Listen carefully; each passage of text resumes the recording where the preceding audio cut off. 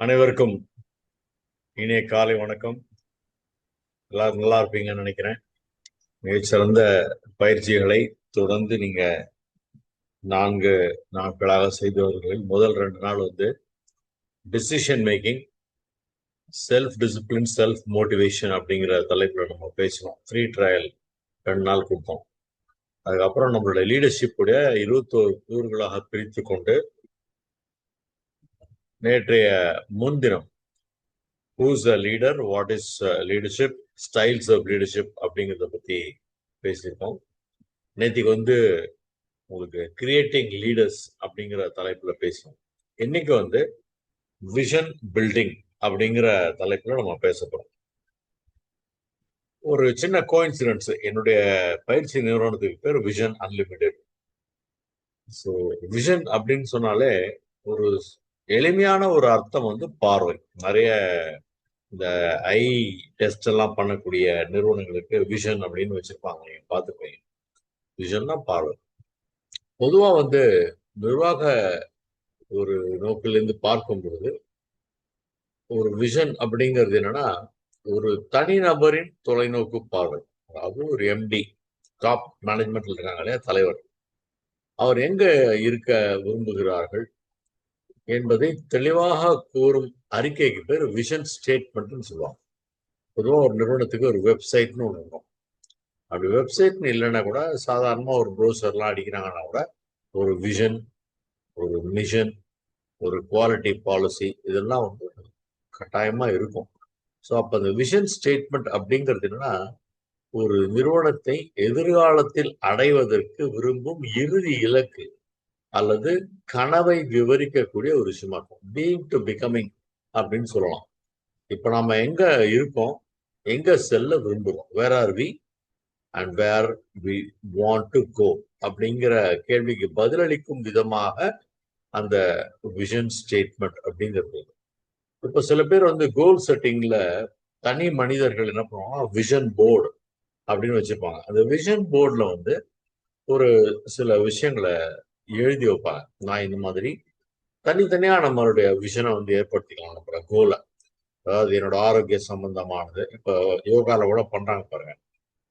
ஆரோக்கியத்துக்கு தனியா நம்ம சிந்திக்கிறோம், அப்புறம் மற்றபடி பணத்துக்கு தனியா சிந்திக்கிறோம். அந்த மாதிரி விஷன் போர்ட்லயுமே உங்களுடைய பர்சனல் இலக்குகள், கெரியர், எஜுகேஷன், உங்களுடைய emotion, it's called a wheel of சைக்கிள்னு பேர். இது மொத்தமா சேர்த்து நீங்க ஒரு விஷன் போர்ட் நீங்க ரெடி பண்ணலாம். பொதுவாகவே இது ஒரு எதிர்காலம் சார்ந்ததுன்னு சொல்லலாம். தற்போதைய செயல்பாடுகளை விட எதிர்காலத்தை பத்தி பேசக்கூடிய ஒரு விஷயம் தான் அது விஷன் ஸ்டேட்மெண்ட்ங்கிறது. ஊழியர்களும் வாடிக்கையாளர்களுக்கும் ஒரு பெரிய இலக்கை நோக்கி பயணிக்க இது ஊக்கம் அளிக்கிறது. அவங்க இதை நம்ம படிச்சு பார்த்தாங்கனால இந்த நிறுவனம் என்ன செய்ய விரும்புறாங்க அப்படிங்கிறத புரிஞ்சுக்கும். சுருக்கமா சொல்லணும் அப்படின்னா, எளிதில் நினைவு வைத்துக் கொள்ளக்கூடிய ஒரு சில வரிகள்ல தான் அந்த விஷன் உடைய ஸ்டேட்மெண்ட் இருக்கும். உதாரணத்துக்கு இப்ப கூகுளுடைய ஒரு விஷன் ஸ்டேட்மெண்ட் எடுத்துக்கிட்டீங்க அப்படின்னு பாத்தீங்கன்னா, உலகின் தகவல்களை அனைவருக்கும் அணுகக்கூடியதாகவும் பயனுள்ளதாகவும் மாற்றுவது. அவ்வளவுதான் அவங்களோட விஷன் ஸ்டேட்மெண்ட். சில சமயம் என்னன்னா, ஒரு குறுகிய கால ஒரு விஷன் ஸ்டேட்மெண்ட் நீங்க கொடுக்குறீங்க. உதாரணத்துக்கு ஒரு தனி மனிதன் ஏஆர் ரஹ்மான் சார் எனக்கு ஆஸ்கர் அவார்டு வாங்கணும் அப்படின்னு ஒரு விஷன் ஸ்டேட்மெண்ட் அவர் கிரியேட் பண்ணிக்கிறார். அவர் ஆஸ்கர் அவார்டு வாங்கின அப்புறம் என்ன பண்ணணும்னா, you have to revisit the vision statement. அந்த விஷனை நம்ம மாற்றி அமைக்க வேண்டியிருக்கோம். இப்போ கூகுள் என்ன பண்ணுது, உலகின் தகவல்களை அனைவருக்கும் அணுகக்கூடியதாகவும் பயனுள்ளதாகவும் மாற்றுது. அதுல எத்தனையோ பல மாற்றம் வந்திருக்கு. இப்போ கூகுள் ஜெமினி எல்லாம் வந்திருக்கு. இருந்தா கூட இப்பயும் இது பொருந்தும். ஸோ மாற்றம் ஒன்றும் பெருசா இல்லை. இப்ப டிஸ்னின்ற ஒரு நிறுவனம் நீங்க கேள்விப்பட்டிருப்பீங்க. மில்லியன் கணக்கான மக்களை மகிழ்விப்பது, அது மட்டும்தான் டிஸ்னியுடைய ஒரு தொலைநோக்கு பார்வையாக இருக்கிறது. லிங்க்டின் அப்படின்னு நம்ம எல்லாரும் அதுல மெம்பரா கூட இருக்கோம். உலகின் ஒவ்வொரு தொழிலுக்கும் பொருளாதார வாய்ப்பை உருவாக்கும். அப்போ ஒரு ஒரு நிறுவனத்துக்கும் ஒரு நோக்கம் இருக்கும். அந்த நோக்கத்துல ஒரு தொலைநோக்கு பார்வை இருக்கும். பொதுவா பாத்தீங்கன்னா, நாம் எதிர்காலத்தில் என்னவாக மாறப்போகிறோம், நாம் தற்போது என்ன செய்து கொண்டிருக்கிறோம், ஏன் செய்து கொண்டிருக்கிறோம் அப்படிங்கிறத மிஷன் ஸ்டேட்மெண்ட் அப்படின்னு சொல்லுவாங்க. ஒரு கனவு அல்லது இலக்கு அப்படின்னு வரும்பொழுது நம்மளுடைய நோக்கமா இருக்கு. அந்த இலக்கை அடைவதற்கு நாம் என்னென்ன வேலைகளை செய்ய வேண்டும் அப்படிங்கிறது மிஷன் அப்படின்னு சொல்லுவோம். மிஷன் சிந்தோர் அப்படின்னு கூட சென்ட்ரல் கவர்மெண்ட்ல அனௌன்ஸ் பண்ணாங்க இல்லையா? என்ன செய்ய போறோம் அப்படிங்கிறது. சுருக்கமா சொல்லணும் அப்படின்னா, விஷன் அப்படிங்கிறது நீங்கள் சென்று அடைய வேண்டிய இடம். மிஷன் அப்படிங்கிறது அந்த இடத்திற்கு செல்வதற்கான ஒரு பாதை அப்படின்னு நீங்க எடுத்துக்கலாம். எப்பவுமே ஒரு சிறந்த விஷன் ஸ்டேட்மெண்ட் எப்படி இருக்கும்? நம்பிக்கையூட்டும் வகையில அமையணும். உங்கள் தனிப்பட்ட அல்லது பணி சார்ந்த இலக்குகளை இது போன்ற ஒரு அறிக்கையை தயார் செய்து நம்ம என்ன பண்ணலாம்? நம்மளோட விஷன் ஸ்டேட்மெண்ட்டை நம்ம ரெடி பண்ணிக்கலாம். வாரன் பெனிஸ் அப்படின்னு ஒருத்தர் இருக்காரு. அவர் என்ன சொல்றாருன்னா, leadership is the capacity to translate vision into reality.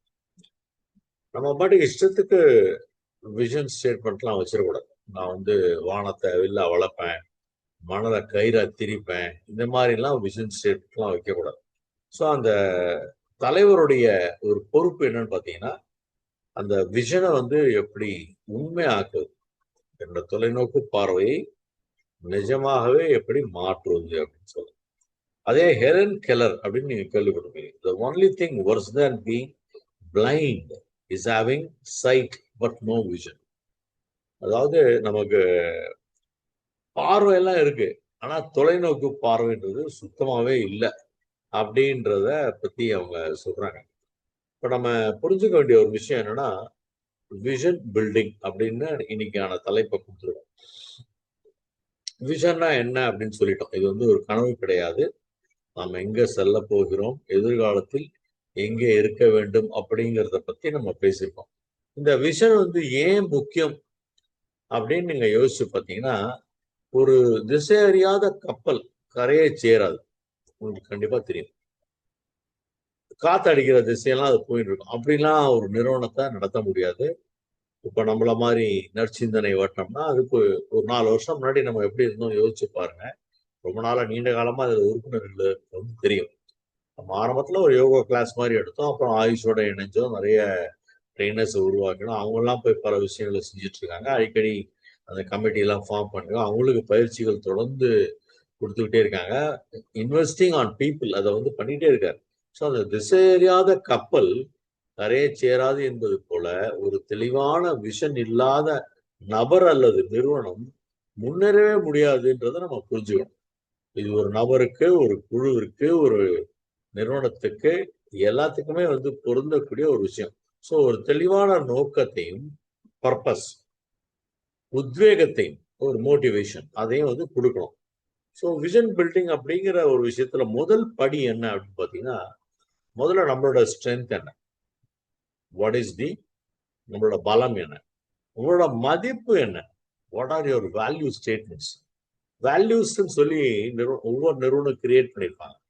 நான் இதெல்லாம் ஃபாலோ பண்ணுவேன், இந்த நிறுவனத்தை தொடங்கியதற்கான நோக்கம் இதுதான், இதன் மூலமாக இவர்கள்லாம் பயனடைவார்கள், இந்த விஷயங்களை நான் செய்ய போறேன் அப்படின்ற ஒரு வேல்யூ ஸ்டேட்மெண்ட் வந்து கிரியேட் பண்ணி அதை நம்ம முதல்ல ஆராய்ந்து பார்க்கணும்.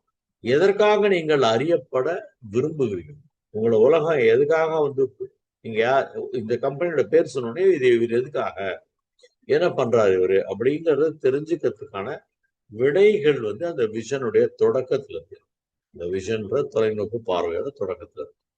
இதை தவிர தெளிவு மற்றும் துல்லியம் கண்டிப்பா இருக்கணும். ஒரு விஷன் அப்படிங்கிறது எளிமையா இருக்கணும், மற்றவர்களுக்கு எளிதில் புரியக்கூடியதா இருக்கணும், குழப்பமான வார்த்தைகளை தவிர்த்து நாம இததான் சாதிக்க போறோம் அப்படின்ற ஒரு ஒற்றை இலக்கை நோக்கிய ஒரு பயணமா உறுதியாக அது வந்து இருக்கணும்.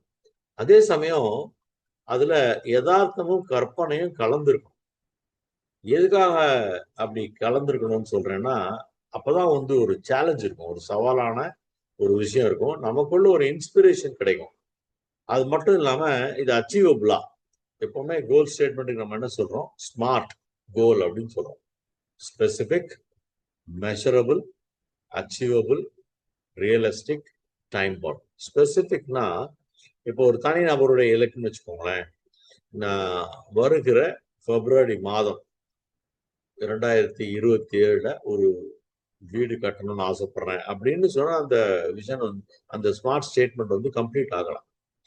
நான் வந்து ஒரு 1000 சதுர அடியில ஒரு 3 பெட்ரூம் ஹால், கிச்சன், டாய்லெட்டோட வித் பார்க்கிங் ஸ்பேஸ் ஒரு வீடு கட்டப்போனா அது பிப்ரவரி மாசத்துக்குள்ள நிறைவடையும்.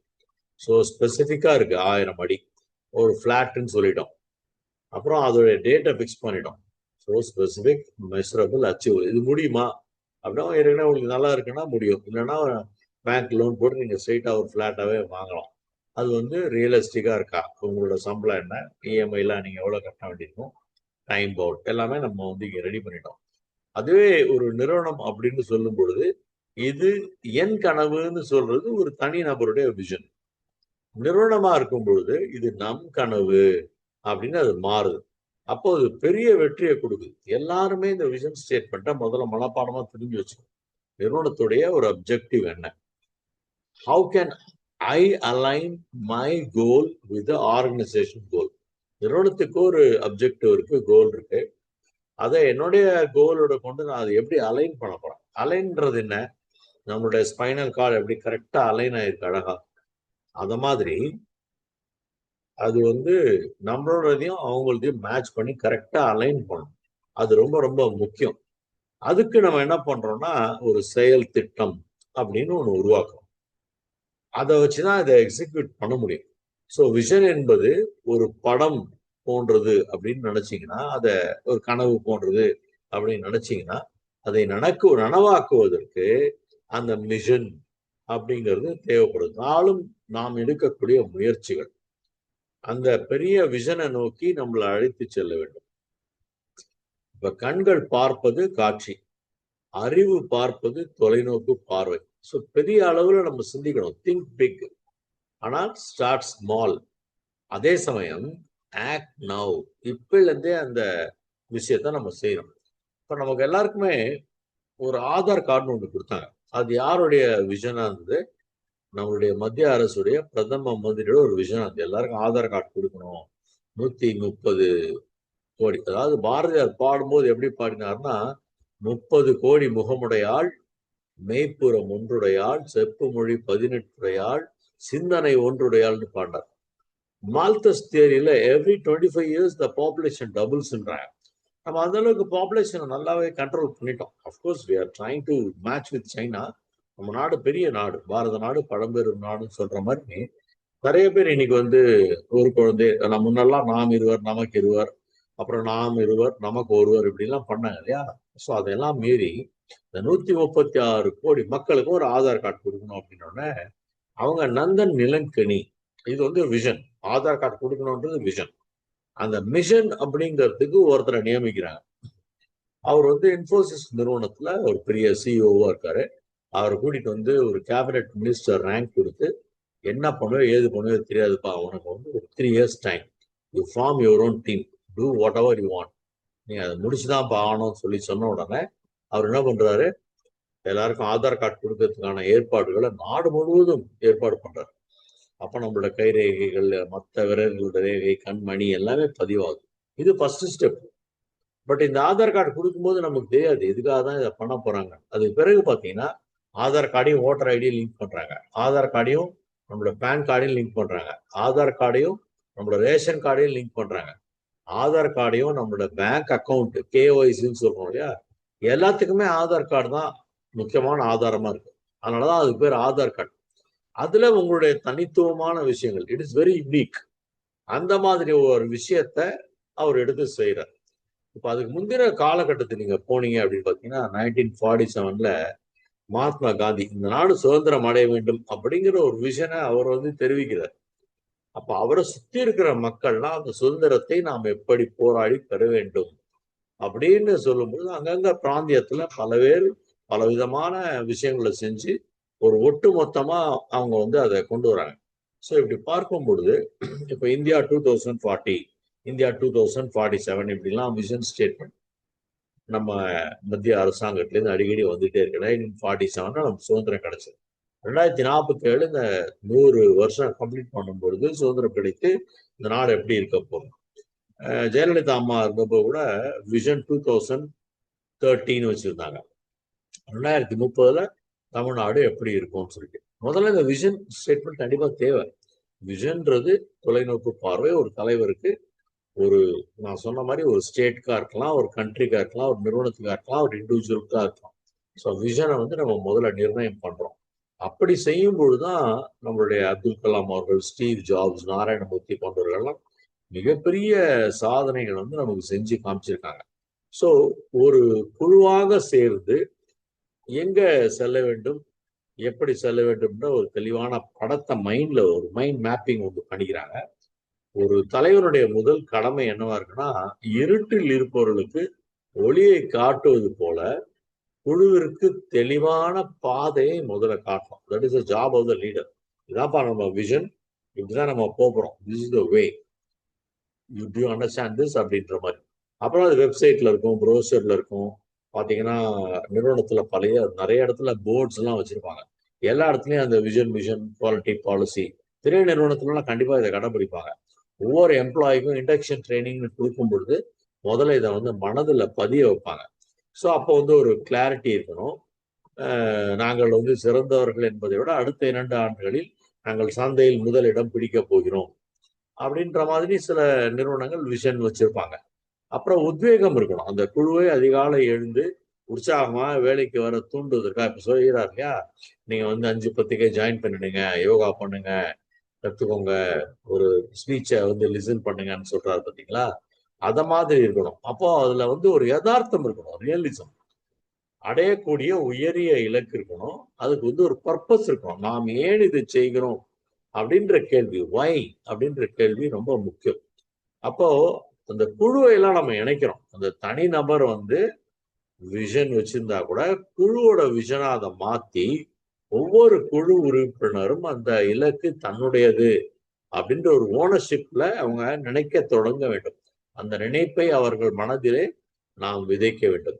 அதற்குரிய ஒரு கம்யூனிகேஷன், தொடர்பு, தொலை நோக்கை ஒரு முறை சொல்லிவிட்டு நிறுத்திவிடக்கூடாது.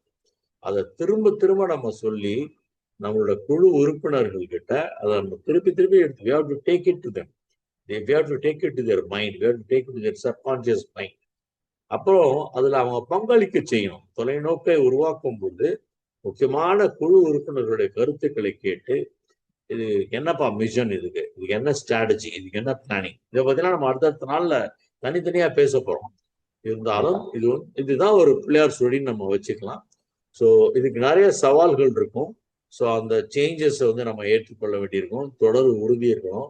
பாதைகள்ல தடைகள் வரலாம். அந்த தடைகளை மீறி நம்ம அந்த விஷனை எப்படி அடையணும் அப்படிங்கிறத பார்க்கணும். அதை தான் நம்ம ஆக்ஷன் பிளான்னு சொல்றோம். ஸோ செயல் இல்லாத ஒரு தொலைநோக்கு வெறும் கனவு தான்.